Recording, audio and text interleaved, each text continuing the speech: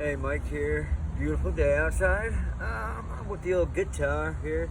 Um, I need more practice. I don't practice enough. But, I just wanted to talk today about when I was a kid and pretty much like doing this is what I looked up to. Kurt Cobain is who I looked up to, and he was my god. I wanted to be Kurt Cobain, and I still love his music and everything. And I'm a quick play a verse and from Polly. It's easy, but I just wanted to play something, and this is what kind of led me to getting high, looking up to him, my brother, and the whole grunge scene. And this is Polly. I'm sure everybody knows Polly, but hopefully I do it right. I haven't played it in years, but it's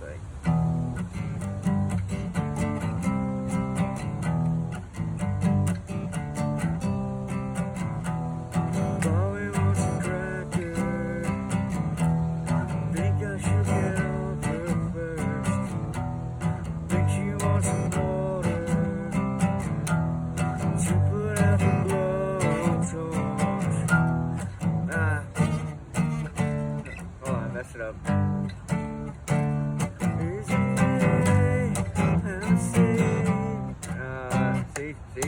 See, this is how real these are my mistakes here. I'm gonna be going over this all day. Like, how did I fuck that up? But I did. But I'm not gonna torture you through me singing and playing. But I do love the guitar, and when I was probably 13 is when my grandfather bought me my first. It was a Squire.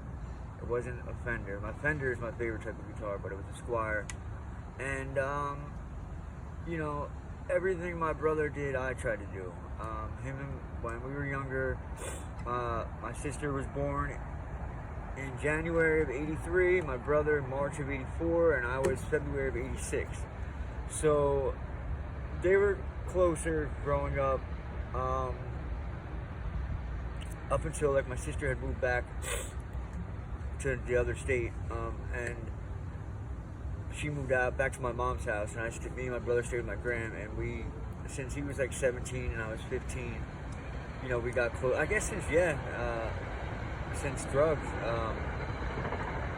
and in school, I would see how the girls would look at him, and I'd be like, man, I tried to dress like him, tried to be like him. And he was my idol. And when I was brought up Catholic, so I had when I took my when I had made my confirmation, he was my sponsor. And I can remember seeing the pictures of him and my dad, and they were wrecked. My brother was so high on Percocet, his face was red, his eyes were pinned. I'm pretty sure he actually nodded out during the mass, if I'm remembering correctly. But it's crazy. I remember when I was 18, I went and got on methadone, and because I had went to rehab my real senior year, the year I was really supposed to be a senior, I had missed the last 3 months because I was in rehab. I had to repeat senior year, and I was on methadone. I was 18, a senior in high school, and on methadone. And that was crazy, because I can remember the teacher coming up to me and Mike, why don't you go to the nurse's office? I'm like, oh no, I feel alright, I'm good. No, I think you better go to the nurse's office. And I'd be like, okay. And I would go there, and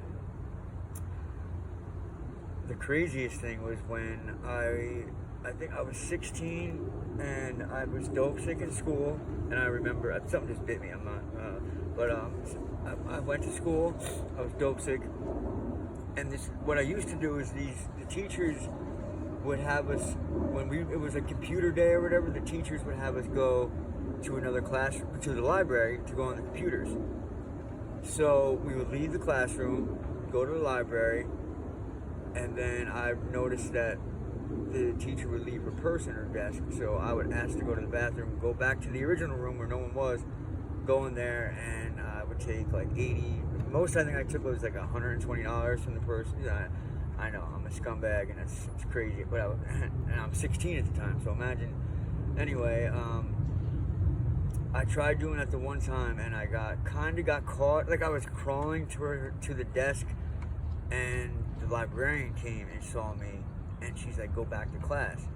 So I remember I went back to class, and then I was at lunch, and me and my buddy were sitting there eating lunch, and all of a sudden I see the principal and a police officer, and I'm just like, my radar quickly went on, and I see them looking around, and then they get to me, and they see me, and they're like, yeah, I'm just like, oh man, what the?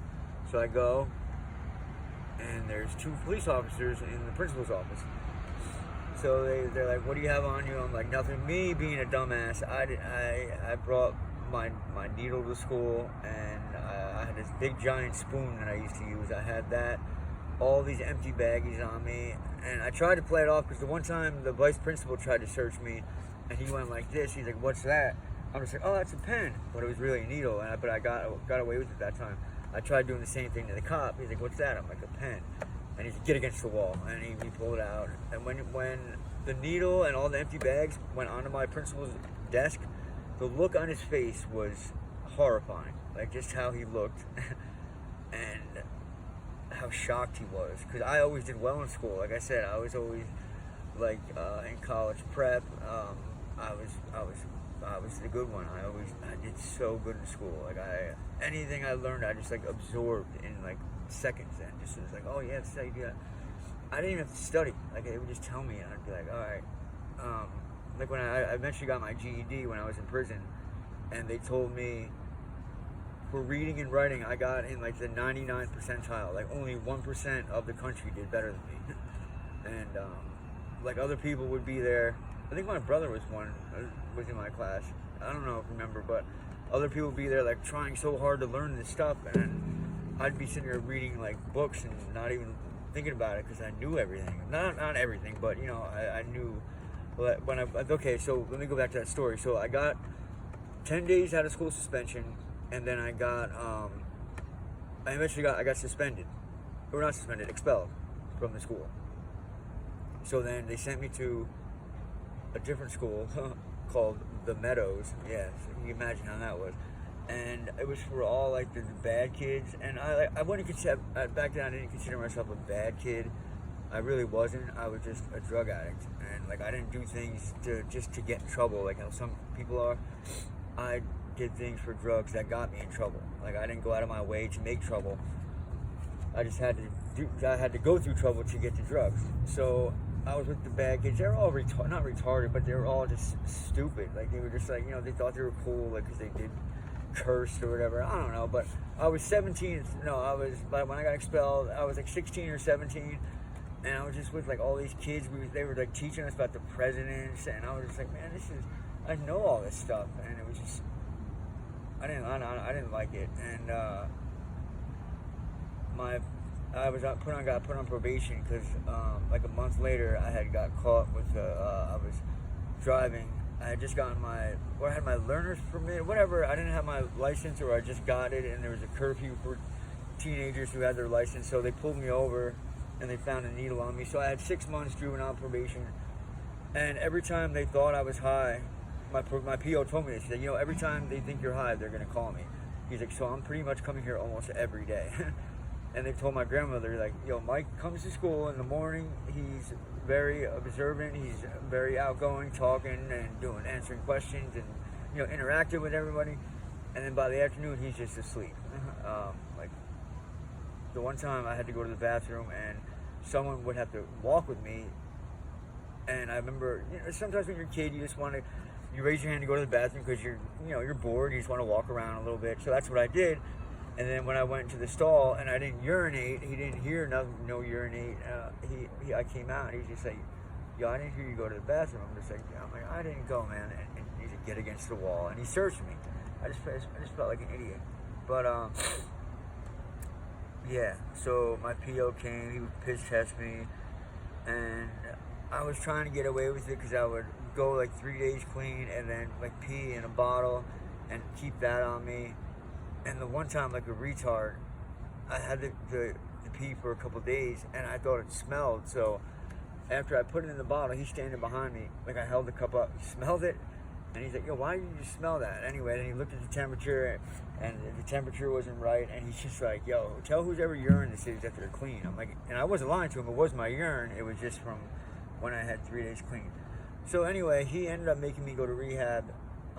I did 28 days, and I liked it. I was in stepping stones because I was a minor, but,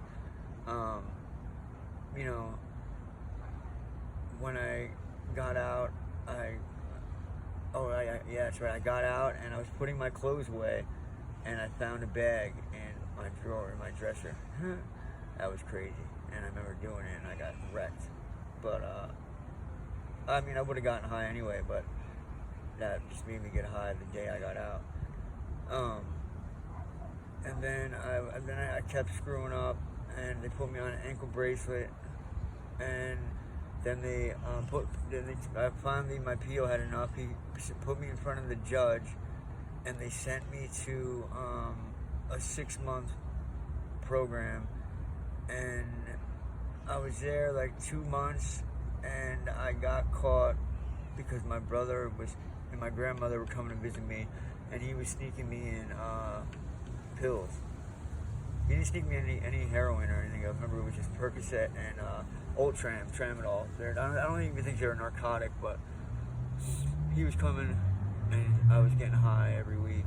And this one idiot kid wrote home to his parents, "Can you please send me money because my buddy Mike is getting pills, and I want to buy some." And I guess they called and told, and they shut the house down. And I was there for 2 months. I got bounced back to day 0, so I ended up doing 8 months on that. And I got out like 2 weeks before I turned 18. And that was even then, it's just like, I remember just being there and just, they say fake it till you make it, and I just remember just I was the man there, like, you know what I mean? I did everything right, and I knew what to say to everyone, and I don't know. It was just so easy to me to fake and to get through it. And I can remember like jumping ahead when I went to prison, and when I got to the drug block, it was E block. I got there because I had to do the drug TC, and it said there was a sign on the wall that said, "Be part of the 7%." I remember saying to like my counselor, being like, "Yo, what does that mean? Be part of the 7%?" They're like, only 7% of the people that do this program actually make it. That's such a. I was like, are you kidding me? Take that sign down. Why would you even brag about that? That's stupid. 7%, you're gonna put that up, and that was true. And I was just like, wow, that's such a low number. Why would you even mention that? I don't know, but yeah, and you know, I really want to get clean, and I thank you guys for listening. I really do. Hopefully you guys appreciate it, and you can maybe, you know, learn something from my mistakes, and you know, take heed to what I'm saying about not doing drugs. And I'm sure some of you probably just thinking I'm a little crybaby drug addict, but